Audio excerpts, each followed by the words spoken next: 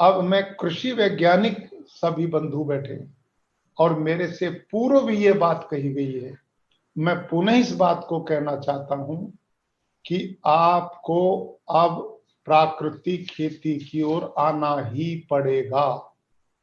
यदि आप इसी प्रकार से रासायनिक खेती का प्रचार करते रहे और यही जहर खेतों में डालते रहे तो इससे इम्यूनिटी को आप कमजोर कर रहे हैं। जो खान पान है यही हमारी रोग प्रतिरोधात्मक क्षमता को बढ़ा सकता है। आप सोचिए, जितनी साग सब्जी भाजी हैं उनमें हम कितना जहर डाल रहे हैं, जितने फल हैं उनमें कितने स्प्रे कर रहे हैं, जितना अनाज पैदा करते हैं कितना यूरिया फर्टिलाइजर कीटनाशक आप उसमें डालते हैं। उसकी आपकी पूरी ताकत केवल क्वांटिटी बढ़ाने में लग रही है, क्वालिटी की तरफ कोई ध्यान नहीं।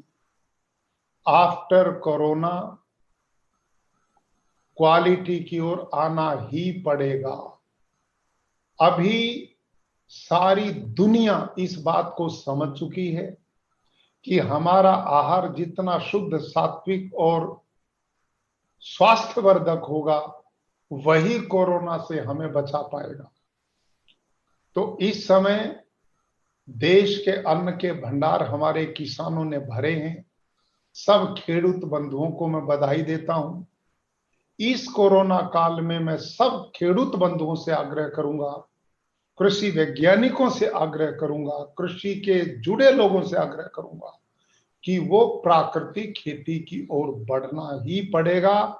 उससे हमारी जमीन की उर्वरा शक्ति बढ़ेगी, पानी की खपत घटेगी, किसान की लागत कम होगी, गौ माता का प्रयोग, गाय गौमूत्र प्रयोग होने से गाय बचेगी और जो उत्पाद होगा वो आपकी डायरेक्ट इम्यूनिटी को बढ़ाएगा। यदि आप ये जहर युक्त कृषि के उत्पाद लोगों में भेजते रहेंगे तो ये इम्यूनिटी को घटाएंगे, रोग से लड़ने की क्षमता कम होंगे और हम बीमारी का मुकाबला नहीं कर पाएंगे। बहुत अच्छी चर्चा मेरे से पहले दो विद्वानों ने की है कि आप इसको एक प्रयोग देख रहे हैं उदाहरण के रूप में। सिक्किम प्रांत जिसमें एक भी कोरोना